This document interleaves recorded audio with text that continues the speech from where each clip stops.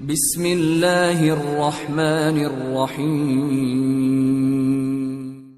اس ترتیب کو مسلمانوں کے علاوہ دوسری اقوام جس طرح درمیان والے لشکر کو قلب، بائیں طرف والے کو میسرہ اور دائیں طرف والے کو میمنہ کہتے تھے، اس طرح منگولوں، تاتاریوں اور دیگر ترک قبائل قلب لشکر کو قل، میسرہ کو جون غار اور میمنہ کو باروں غار کے نام سے پکارا جاتا تھا۔ بہرحال کوقتائی کے حکم پر لشکر کے تینوں حصوں کی ترتیب درست کر دی گئی تھی۔ جو لشکر کوقتائی اور کومانگا کی سرکردگی میں تھا اس میں صرف کرائت اور کرغیز شامل تھے۔ یہ سب کے سب مسلمان تھے۔ کرغیز اگلی صفوں میں اور ان کے پیچھے کرائت ترک تھے۔ مارتو کی کمانداری میں سارے مانچو تھے اور ان کی اکثریت بھی مسلمانوں پر مشتمل تھی۔ یورجی کی کمانداری میں گات اور سیتین قبائل تھے، ان میں سے بھی کچھ مسلمان تھے۔ تاہم یورجی نے گوہ ابھی اسلام قبول نہیں کیا تھا، لیکن کافی حد تک وہ اسلام کے اصولوں سے متاثر تھا۔ اپنے لشکر کی لگاتار 1 ماہ تک ترتیب دینے کے بعد کوقتائی لشکر کو اپنے ڈب پر ترتیب دے چکا تھا۔ کچھ دیر تک مڑ کے اس نے اپنی لشکریوں کی طرف دیکھا، چہرے پر گہری مسکراہٹ نمودار ہوئی۔ پھر صرف چند لمحے اس نے اپنے سامنے دشمن پر نگاہ کی، اپنی تلوار فضا میں بلند کی، پھر زوردار انداز میں ایک ساتھ کوقتائی کی سرکردگی میں تکبیریں بلند ہوئیں۔ اس کے بعد کوقتائی نے اپنے لشکر کو طوفانوں کی طرح آگے بڑھایا۔ اس کے بعد وہ ویشی قبائل پر حملہ آور ہو گیا تھا۔ دوسری جانب وہ تینوں ویشی قبائل بھی کوقتائی کے حملہ آور ہونے کے منتظر تھے۔ جو ہی کوقتائی ان پر حملہ آور ہوا، وہ بھی جوابی کارروائی کرتے ہوئے جوابی حملہ کر چکے تھے۔ کوقتائی، اس کے سالار، سردار اور لشکری حملہ آور ہوتے ہوئے زوردار انداز میں تکبیریں بلند کر رہے تھے، خداوند قدوس کی عظمتوں کو اجاگر کر رہے تھے۔ اس لیے کہ جب تکبیریں بلند کرتے ہوئے کوقتائی کی سرکردگی میں کرائت، کرغیز، مانچو، گات اور سیتین ان پر حملہ آور ہوئے تو تکبیروں کی آوازوں نے ان ویشی قبائل کو ایک عجیب سی سنسنی میں لپیٹ کر رکھ دیا تھا۔ کوقتائی کے تربیت یافتہ لشکری طوفانوں کی طرح دشمن پر برستے ہوئے دشمن کے اندر گھسنے کے لیے بڑی بے چینی کا اظہار کر رہے تھے، اور ان کا یہ رد عمل ان ویشی قبائل کے لشکریوں کو یقیناً پریشان کر رہا تھا۔ شاید انہوں نے اس سے پہلے ایسے مسلمان مجاہد نہ دیکھے تھے۔ ان تینوں ویشی قبائل کا خیال تھا کہ قبلائی خان نے ان کا مقابلہ کرنے کے لیے جو لشکر بھیجا ہے وہ زیادہ دیر تک ان کے سامنے ٹھہر نہیں سکے گا، لیکن یہاں تو معاملہ الٹ ہو رہا تھا۔ جس وقت دونوں لشکر بری طرح جنگ میں مصروف تھے اور قیامت خیز ہنگاموں میں ذات کی محرومیاں اپنی عروج پر تھی، کوقتائی نے کومانگا کو مخصوص اشارہ کیا، جس پر کوقتائی اور کومانگا کے پیچھے جنگ کرنے والی کرغیزوں کی کمانداری کومانگا نے سنبھال لی تھی۔ کوقتائی نے اپنے گھوڑے کو موڑا اور کرغیزوں کے پیچھے پیچھے جنگ کرنے والے کرائت ترکوں کے قریب آیا۔ شاید رازداری سے سارا معاملہ پہلے ہی طے ہو چکا تھا۔ جو ہی کوقتائی ان کے پاس آیا، چھوٹے سالاروں نے فوراً اپنی لشکریوں کو اشارہ دیا اور کرائت ترکوں پر مشتمل لشکر پیچھے سے ہٹ کر ذرا بائیں جانب آ گیا تھا، اور بالکل مستعد حالت میں کوقتائی کے پیچھے انہوں نے صفیں درست کر لی تھی۔ یہ ساری کارروائی چند لمحوں کے اندر مکمل ہو گئی تھی، اس لیے کہ بڑی رازداری کے ساتھ کوقتائی نے کومانگا اور چھوٹے سالاروں کے ساتھ یہ معاملہ پہلے سے طے کر رکھا تھا۔ اس کے بعد زوردار انداز میں کوقتائی نے چین کی سرزمینوں میں پھر تکبیریں بلند کی۔ اس کے بعد اس نے اپنے گھوڑے کو ایڑ لگائی اور آگے بڑھا۔ اس کے پیچھے پیچھے کرائت ترک بھی موت کا کھیل کھیلنے کے لیے تکبیریں بلند کرتے ہوئے اپنے گھوڑوں کو ایڑ لگا چکے تھے۔ کرائت ترکوں کے ساتھ کوقتائی ویشی قبائل کے لشکر کے ایک پہلو پر آیا اور پھر اس پر حملہ آور ہو گیا تھا۔ کوقتائی کے اس حملے نے تینوں ویشی قبائل کے سارے بلبلوں، ان کے سارے جذبوں کو منجمد کر کے رکھ دیا تھا۔ ان پر پہلے ہی جنگ کا دباؤ تیز سے تیز تر ہوتا جا رہا تھا۔ اب جو پہلو کی طرف سے حملہ آور ہو کر کوقتائی نے اپنی لشکریوں کے ساتھ ان کے لشکر کے درمیانے حصے کی کافی صفوں کو کاٹ کر ان کے لشکر کے وسطی حصے کو الٹ پلٹ کر کے رکھ دیا، تب ان ویشی قبائل کے لشکر کی حالت خراب ہونا شروع ہو گئی تھی۔ تھوڑی دیر کی مزید جنگ کے بعد تنگس، تورگوت اور تاتاریوں کو بدترین شکست ہوئی اور وہ باغ کھڑے ہوئے۔ کوقتائی، کومانگا، مارتو اور یورجی نے اپنے اپنے حصے کے لشکریوں کے ساتھ پوری طاقت اور قوت کے ساتھ ان کا تعاقب کیا، اور ساتھ ہی انہوں نے پڑاؤ کی حفاظت پر مقرر دستوں کو بھی اپنے پیچھے پیچھے آنے کے لیے کہا۔ یہ تعاقب دریائے نن ہو تک جاری رہا، اور تعاقب کے دوران کوقتائی اور اس کے ساتھی سالاروں نے تینوں وحشی قبائل کی تعداد کافی حد تک کم کر دی تھی۔ بچے کھوچے وحشی قبائل دریائے نن خو کو بڑی مشکل سے عبور کر کے مینچوریا کے جنگلوں میں گھس گئے تھے۔ کوکتائی نے اپنے لشکر کے ساتھ دریائے نن خو کے کنارے پڑاؤ کر لیا تھا۔ کچھ دیر بعد اس کے اپنے پڑاؤ کی اشیاء کے علاوہ دشمن کے پڑاؤ سے جو چیزیں ملی تھی سب وہاں پہنچ گئی۔ شاید کوکتائی دریائے نن خو کے کنارے چند روز تک احتیاط کے ساتھ قیام کرنا چاہتا تھا تاکہ وحشی قبائل کہیں پھر دریائے نن خو کو عبور کرنے کے بعد منگولوں کے آبائی دشت پر حملہ آور نہ ہوں۔ ساتھ ہی اس نے تیز رفتار قاصد فتح کی خوشخبری سنانے کے لیے قبلائی خان کی طرف روانہ کر دیے تھے۔ اپنے سرحدی شہر قزل میں قیدو ایک کمرے میں اکیلا بیٹھا ہوا تھا۔ اس کی نشست کے سامنے اور دائیں بائیں سونے چاندی زر و جواہرات سونے چاندی کے سکوں کے علاوہ دوسری قیمتی اشیاء کے ڈھیر لگے ہوئے تھے جن میں ہر قسم کے پارچہ جات کے علاوہ جوتے تک شامل تھے۔ ان چیزوں کو دیکھنے کے بجائے قیدو کی نگاہیں اپنے سامنے کمرے کے دروازے پر جمی ہوئی تھیں۔ گہری سوچوں میں ڈوبا ہوا تھا کہ اسی لمحہ اس کی حسین اور پرجمال اور خوبصورت بیٹی اس کمرے میں داخل ہوئی، قیدو کے سامنے آئی اور اپنی رس برساتی آواز میں اسے مخاطب کر کے کہنے لگی، اے میرے باپ، آپ نے مجھے طلب کیا ہے۔ قیدو منہ سے کچھ نہ بولا، اپنے پہلو میں نشست پر ہاتھ مارتے ہوئے اسے بیٹھنے کے لیے کہا اور ساتھ ہی اس نے اس بات پر اپنا سر بھی ہلا دیا تھا۔ آئی یاروک فی الفور نہیں بیٹھی بلکہ اپنے باپ کے دائیں بائیں اور سامنے جو زر و جواہرات دولت اور مختلف قیمتی اشیاء کے ڈھیر لگے ہوئے تھے انہیں حیرت اور تعجب سے دیکھتی رہی۔ پھر کڑے ہی کڑے اپنے باپ کو مخاطب کر کے کہنے لگی، یہ اس قدر دولت کہاں سے آئی جس میں اس قدر قیمتی کپڑے، جوتے، زر و جواہرات، سونے چاندی کے ڈھیر اور خصوصیت کے ساتھ کپڑے اور جوتے بھی سارے زنانہ ہیں؟ اس قدر مال و دولت تو ہمیں کسی جنگ میں بھی نہیں ملا۔ قیدو کے چہرے پر ہلکی سی مسکراہٹ نمودار ہوئی، بڑی شفقت کے ساتھ اپنی بیٹی کو دیکھتے ہوئے کہنے لگا، بھائی یاروک، پہلے میرے پاس بیٹھو پھر میں تجھے تفصیل بتاتا ہوں۔ اپنے خوبصورت اور حسین جسم کو بل دیتی ہوئی آئی یاروک اپنے باپ کے پہلو میں بیٹھ گئی۔ کچھ دیر تک قیدو سارے سامان کا جائزہ لیتا رہا، پھر آئی یاروک کی طرف دیکھتے ہوئے کہنے لگا، آئی یاروک میری بیٹی، میں تیری شادی کا اہتمام کر رہا ہوں۔ قیدو کے ان الفاظ پر آئی یاروک تڑپ سی گئی۔ چپتے ہوئے لہجے میں اس نے قیدو کی طرف دیکھا، پھر احتجاجی انداز میں کہنے لگی، اے میرے باپ، آپ کیسی گفتگو کر رہے ہیں؟ میری شادی کی اس قدر فکر آپ کو کیوں لاحق ہونے لگی ہے؟ آپ ایک بار مجھے کوکتائی کے ساتھ منسوب کر چکے ہیں۔ ذہنی اور دلی طور پر میں کوکتائی ہی کو اپنی زندگی کا ساتھی سمجھ بیٹھی ہوں۔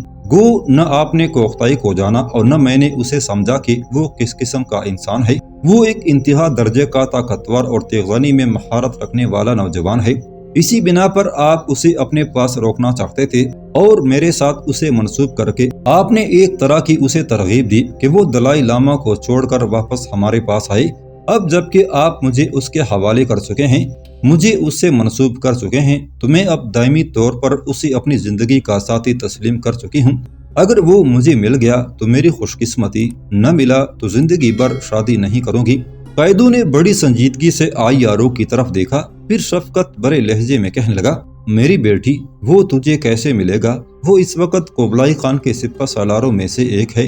گو اس نے ہمارے پاس جھوٹ بولا کہ وہ دلائی لاما کو چھوڑنے جا رہا ہے، لیکن میں نے اس کے جھوٹ کا برا نہیں مانا، اس لیے کہ ایسا کر کے اس نے اپنی اور اپنے ساتھیوں کی گل و خلاصی کروائی، اور پھر یہ کہ ہماری نسبت قبلائی خان پہلے اس کی خدمات حاصل کر چکا تھا، لہٰذا کوکتائی نے اگر ایسا کیا ہے مجھے اس سے کوئی شکوہ یا کوئی گلہ نہیں ہے، اور یہ جو تم اسے اپنی زندگی کا ساتھی سمجھ چکی ہو تو یہ سوچو اسے کیسے حاصل کرو گی۔ اب تمہارا اور اس کا ملاپ قطعی ناممکن ہے۔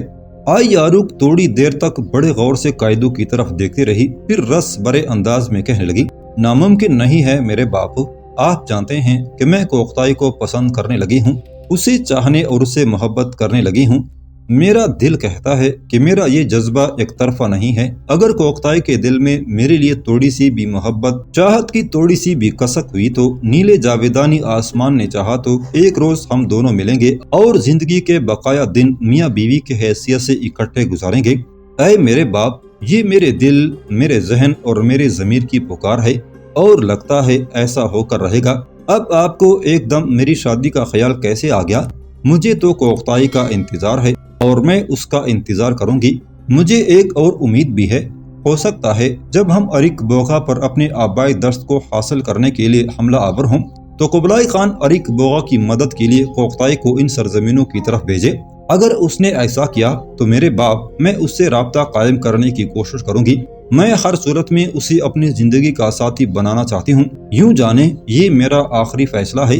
اب آپ بتائیں یہ فی الفور آپ کو میری شادی کا خیال کیسے آ گیا، اور یہ جو دولت کے انبار اپنے دائیں بائیں اور سامنے آپ نے لگا رکھے ہیں ان کی کیا حقیقت ہے؟ قائدو مسکرایا اور کہنے لگا، بیٹی ایک چینی سوداگر آیا ہے، وہ نوجوان ہے، یہ ساری دولت خچروں پر لاد کر وہ میرے پاس آیا ہے۔ ہمارے پاس جو اس کے بیچے ہوئے چھوٹے چھوٹے تاجر مال لے کر آتے رہے ہیں وہ جا کر اس کے پاس تمہاری خوبصورتی اور تمہارے حسن کا ذکر کرتے رہے ہیں۔ تمہارا ذکر سن سن کر وہ تم سے محبت کرنے لگا ہے، تمہیں چاہنے لگا ہے۔ ان سوداگروں نے اس سے یہ بھی جا کے کہا کہ آئی یاروک جیسی خوبصورت لڑکی کہیں ملے گی ہی نہیں، لہٰذا وہ اپنے وطن سے نکلا، یہ دولت خچروں پر لادی اور ہماری سرزمینوں کا رخ کیا، سیدھا میرے پاس آیا، ہر دولت میرے حوالے کی اور تم سے شادی کرنے کی خواہش کا اظہار کیا۔ اس وقت میں نے اسے مہمان خانے میں ٹھہرایا ہے۔ میں پہلے تم سے معاملہ طے کرنا چاہتا تھا، پھر اسے بلا کر آخری فیصلہ کرنے کا تہیہ کیے ہوئے تھا۔ اب بولو میری بیٹی، تم کیا کہتی ہو؟ آئی یاروک کچھ کہنا چاہتی تھی، قائدو ایک بار پھر بول پڑا، میری بیٹی جو فیصلہ بھی کرنا سوچ سمجھ کر کرنا، کوقتائی اس وقت یہاں نہیں ہے۔ ٹھیک ہے تم اسے پسند کرتی ہو، اس سے محبت کرتی ہو، تم اسے چاہتی ہو، لیکن اس کے ملنے کے آثار دور دور تک کہیں دکھائی نہیں دیتے۔ جہاں تک چینی سوداگر کا تعلق ہے گو اس نے ابھی تک تمہیں دیکھا نہیں، لیکن تمہاری خوبصورتی، تمہارے حسن کے چرچے سن سن کر وہ ایسا متاثر ہوا کہ اپنے وطن کو چھوڑ کر یہاں آیا۔ یہ دولت کے انبار اس نے میرے قدموں میں لگا دیے اور تم سے شادی کرنے کی خواہش کا اظہار کیا۔ اب بولو تم کون سا راستہ اختیار کرنا چاہتی ہو؟ آئی یاروک نے پھر غور سے اپنے باپ کی طرف دیکھا، پھر کہنے لگی، جس راستے کا تعین میں نے کیا اس کا ذکر تو میں پہلے ہی آپ سے کر چکی ہوں، پھر بار بار آپ مجھ سے کیوں پوچھتے ہیں؟ اے میرے باپ، کوقتائی کے علاوہ میں کسی کو بھی اپنی زندگی کا ساتھی بنانا پسند نہیں کروں گی۔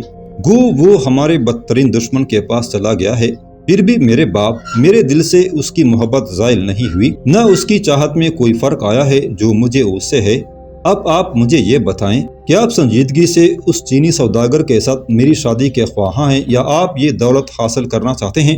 قائدو مسکرایا، آئی یاروک کی طرف دیکھا، ہلکا سا کہکہا لگایا، پھر کہنے لگا، اس طرح آئی دولت کو بیٹی کون ٹکراتا ہے؟ اس قدر دولت تو آج تک ہمیں کسی جنگ سے بھی حاصل نہیں ہوئی۔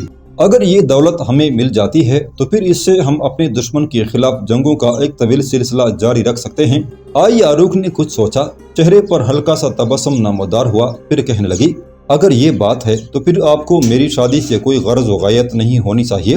آپ صرف یہ دولت حاصل کرنا چاہتے ہیں، وہ آپ کو مل جائے گی۔ رہی بات میں اس چینی کے ساتھ بیوی کی حیثیت سے رہتی ہوں یا نہیں، پہلے وعدہ کریں کہ آپ کو اس سے کوئی غرض و غایت نہیں ہوگی۔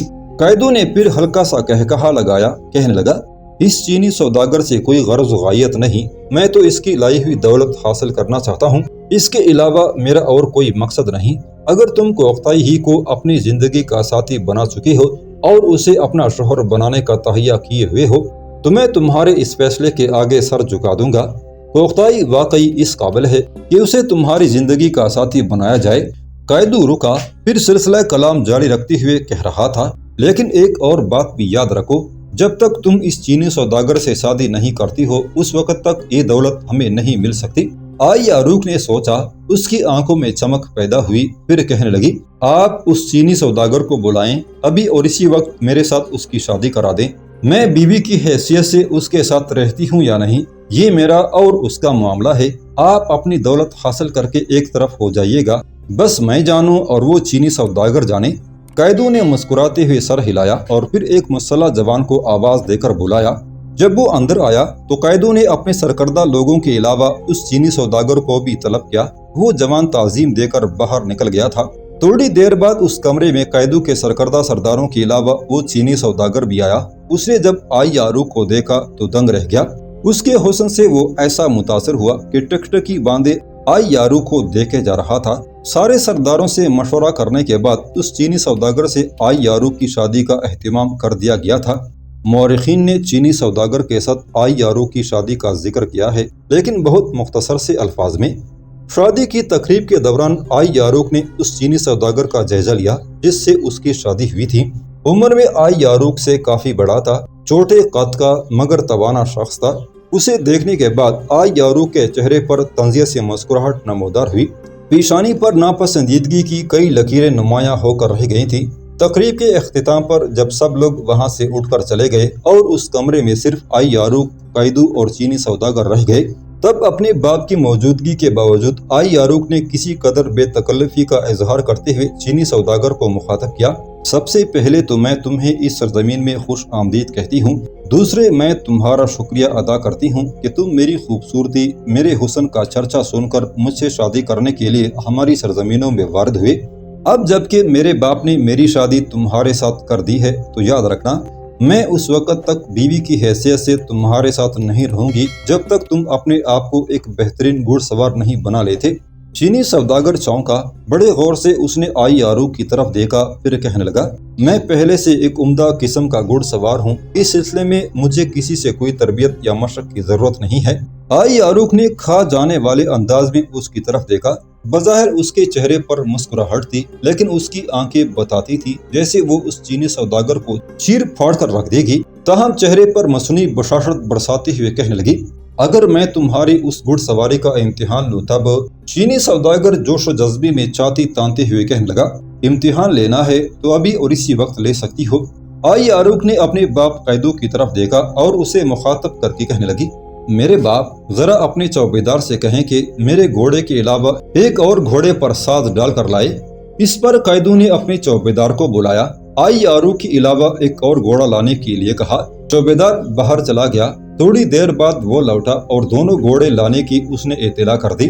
تب آئی یاروک اپنی جگہ پر اٹھ کھڑی ہوئی اور چینی سوداگر کو مخاطب کر کے کہنے لگی، میرے ساتھ آؤ۔ شاید قیدو سارا معاملہ جو کچھ ہونے والا تھا سمجھ رہا تھا۔ اس کے چہرے پر گہری مسکراہٹ تھی۔ وہ تو صرف دولت حاصل کرنا چاہتا تھا، وہ کر چکا تھا۔ اس کو اس سے کوئی غرض و غایت نہیں کہ اس کی بیٹی آئی یاروک چینی سوداگر کے ساتھ اس کی بیوی کی حیثیت سے رہتی ہے یا نہیں۔ بہرحال آئی یاروک چینی سوداگر کو لے کر باہر نکلی۔ دونوں ایک دوسرے کی طرف دیکھتے ہوئے گھوڑوں پر سوار ہوئے۔ پھر آئی یاروک نے اسے مخاطب کیا، میرے پہلو بپہلو میرے ساتھ ساتھ اپنے گھوڑے کو سر پر دوڑاتے ہوئے لاؤ۔ اس کے ساتھ ہی آئی یاروک نے اپنے گھوڑے کو ایل لگا دی تھی۔ چینی سوداگر بھی اچھا گھڑ سوار لگتا تھا۔ سوار ہونے کے بعد اس نے گھوڑے کو مہمیز لگائی اور آئی یاروک کے ساتھ ہو لیا تھا۔ گھوڑے کو دوڑاتے ہوئے آئی یاروک پہلو بپہلو اس کے ساتھ کوہستانی سلسلے میں داخل ہو گئی۔ جنگلوں اور عام زندگی میں آئی یاروک کے وہ محافظ جو اس کے ساتھ ساتھ رہتے تھے وہ اس کے پیچھے پیچھے تھے۔ ایک بلند کوہستانی سلسلہ میں جہاں ڈھلان میں بڑے بڑے پتھر اور خطرناک غبار تھے، وہاں جب ایک خطرناک موڑ آیا تب اچانک چیتے کی سی پرتے کے ساتھ آئی یاروک حرکت میں آئی۔ اپنی داہنی ٹانگ کو اس نے اٹھایا اور اس زور سے چینی سوداگر کے ماری کہ وہ اپنے گھوڑے سے گرا اور نیچے ڈھلان میں لڑکتا ہوا دور جا گرا تھا۔ ایسا کرنے کے بعد آئی یاروک نے فوراً اپنے گھوڑے کو روک لیا، نیچے اتری۔ چینی سوداگر کے گھوڑے کو بھی پکڑ کر اس نے ایک طرف کر لیا۔ پیچھے سے اس کے محافظ آ گئے تھے۔ انہیں دیکھتے ہوئے آئی یاروک چلا پڑی، چینی سوداگر نیچے گر گیا ہے۔ وہ گھوڑے پر اپنا توازن قائم نہیں رکھ سکا۔ یہاں آ کر اچانک گھوڑا تھوڑا سا بتکا اور وہ نیچے گر گیا۔ دیکھو اس کی کیا حالت ہے، فوراً اسے اوپر لاؤ۔ آئی یاروک کے کہنے پر کچھ سوار نیچے اترے اور وہ ڈھلان میں بھاگتے ہوئے نیچے چلے گئے تھے۔ تھوڑی دیر تک وہ چینی سوداگر کو اٹھا کر اوپر لائے، وہ مر چکا تھا۔